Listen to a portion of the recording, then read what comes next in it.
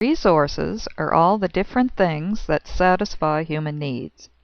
These may be basic needs, such as food, clothing, and shelter, or less pressing needs, such as leisure and cultural activities, that only become apparent as a society develops some economic security.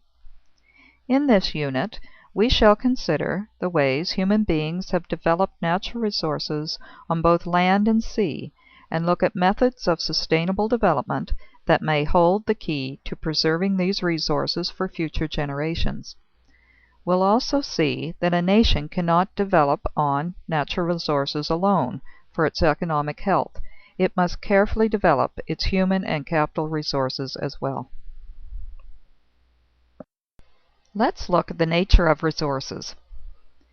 At the beginning of 1973, crude oil sold on average for about $2.40 a barrel US. In October of that same year, the Arab nations belonging to OPEC, the Organization of Petroleum Exporting Countries, hiked the price of their benchmark crude to $5 a barrel and slapped a complete oil embargo on the United States and the Netherlands in retaliation for their support of Israel during the Yom Kippur War. By 1980, oil prices had skyrocketed to $30 a barrel, and gasoline prices at U.S. pumps shot up from 38 cents a gallon in 1973 to $1.35 a gallon in 1981. The greatest effect of the oil crisis was the shock it delivered to the consumer-oriented cultures of the West. Many people realize for the first time that there is not an infinite supply of basic resources, and that without careful resource management we may condemn ourselves and our descendants to lives of severe hardship. What is a resource? In the broadest sense, it can be defined as anything that is useful. It is something that helps us to achieve a goal or fulfill a function. From a geographer's perspective, a resource is quite specific. They have identified three basic types: natural, capital, and human. Natural resources are materials that can be found in nature and exploited to make a profit. Soil is a natural resource that can yield crops that people are willing to buy in order to feed themselves. Water is an important resource because it can be used to quench thirst and is also a source of food in the form of fish, shellfish, seaweed, and some mammals. Hydroelectricity can be generated from falling water. Capital resources can be defined as resources a society uses to further the creation of wealth. This includes money, machinery, factories, equipment, and buildings. It is interesting to note that a country can be wealthy in natural resources, but if it lacks the capital needed to develop them, its economy may be pushed to the point of collapse. Just such a scenario developed in resource-rich Russia in the late 1990s. In 1992, Russian President Boris Yeltsin introduced several measures designed to transform the country from a communist to a free market economy. He privatized about 15,000 state-owned companies and encouraged individuals to start their own businesses. Problems started right away because of the lack of investment capital. The Russians asked for help from the West, but foreign investors were slow to respond.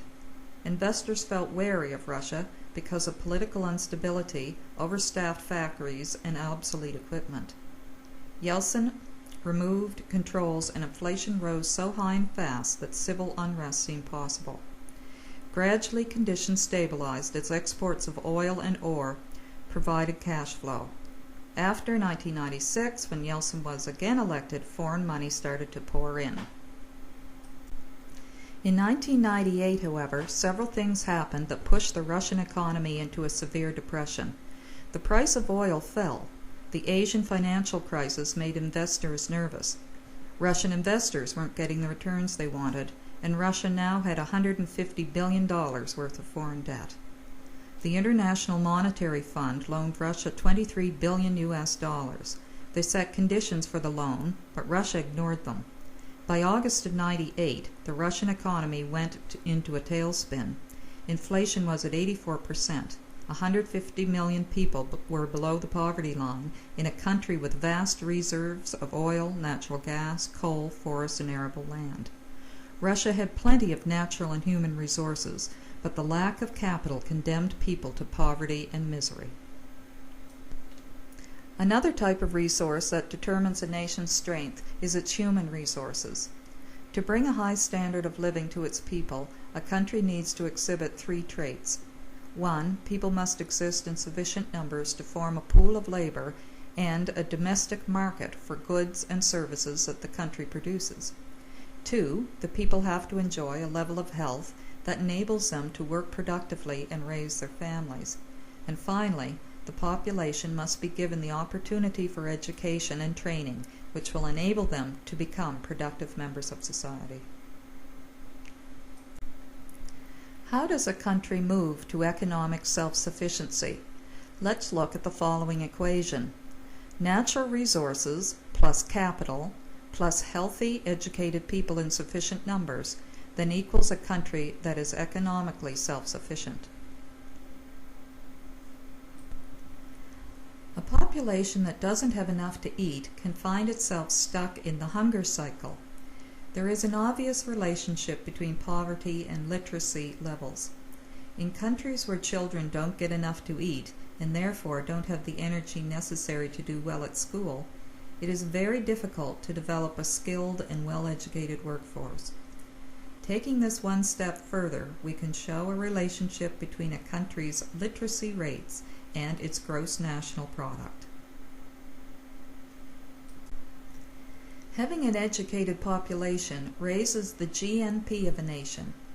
UNESCO, the United Nations Educational, Scientific and Cultural Organization, has been promoting literacy in poor countries since 1945. The world's literacy rates improved from 55% in 1947 to 77% in 1997.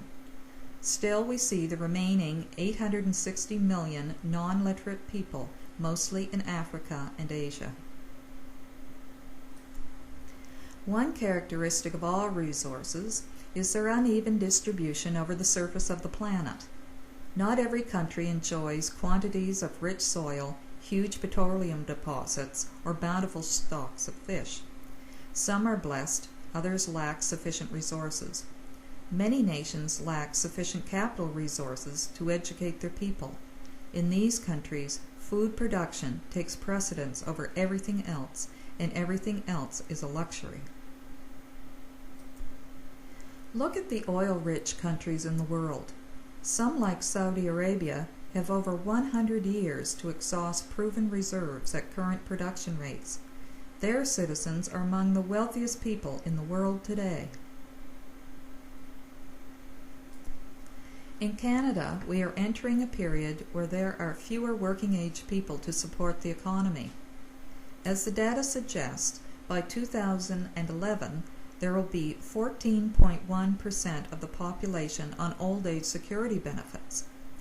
People are now living longer. On average, men live to 78, women to 83. This is a big challenge for pension plans and health care. The uneven distribution of land resources over the face of Canada creates a colorful patchwork effect on any map. Factors that affect the distribution of agriculture include climate, relief, geology, and human settlement. See, most of the best farmland is along the U.S. border, through the Great Plains, and around the Great Lakes area. Farmland is classified into three types. Commercial farms and ranches are large enterprises using the most advanced equipment. The land along the St. Lawrence in Quebec, southern Ontario, and of course the prairies are prime examples of commercial farms. Smallholding farms combine livestock and machinery. They consume some of their crops and sell the rest. Much of the Annapolis Valley farms would fall into this category. Finally, subsistence farms are not about money but survival. The farmer and his family do most of the labor.